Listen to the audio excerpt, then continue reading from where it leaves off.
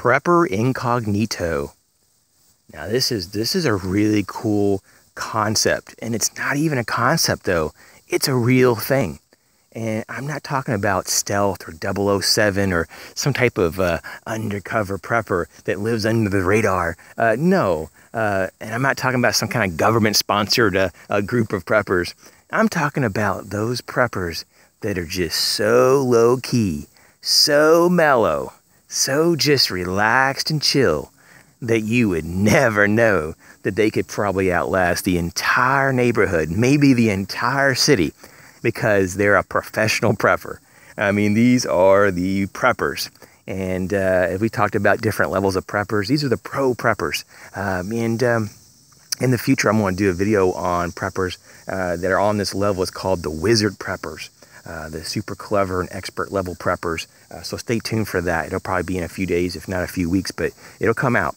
And these incognito preppers are so interesting because they have a really, really sophisticated system. And they've been doing it for so long, and it's so interwoven into their lifestyle. They don't know anything else. It's just like living their life as being a prepper. And so the level that they take it, though, is just almost the same as those millionaires that are in your neighborhood that you don't know about. And all the studies have come out, you know, over all these decades that say the same thing over and over. That, you know, typically the person who's probably the most well-off in your neighborhood is probably the one that looks like maybe they're the poorest. And not always the case, but definitely someone that is a very, very middle class. And they don't splurge on new vehicles. They might have a 20-year-old vehicle.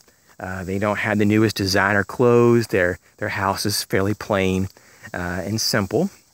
Not run down or nothing per se, you know. They're not like dirty people or nothing like that. But they're definitely very simple. And these people have a habit of saving their money. Keeping things invested for very long term. And they're just very wise. They don't go splurging. They may take a vacation every once in a while, once a year or every couple of years. But they're very mindful, though, on what they do with their money. And overall, though, it's just a matter of them, like a prepper that's on a professional level. They just have a certain lifestyle that's conducive to saving money and becoming more and more wealthier and having a higher and higher net worth. So what can we learn from these hidden millionaires that are lurking all around us? And I'm not saying that millionaires are that common, but they do exist. There's a lot of people that have money that you just would never know. And so there's a lot of people when they die that the family's like, what? Aunt so-and-so or Uncle so-and-so had how many millions? This actually happens. And so how can we learn from them? And how can we learn from the prepper incognitos that dwell in the same manner? And what we can see is that it's a steady pace. It's a lifestyle. It's a constant integration into everything they do. And it's not a burden. They enjoy the process. And they look forward to the pleasures that it gives you by being disciplined. And because of this, they get a lot more enjoyment and even the sense of security and knowing that if they ever have to do something, it's completely taken care of. And so these people are also somewhat of the more generous people. Even though they save, they also give. And they may not give like tremendous amounts because they're traditionally savers. But they give to people behind the scenes or organizations maybe more unanimously. And these people are pretty good people, no doubt about it. They're definitely never a burden on society.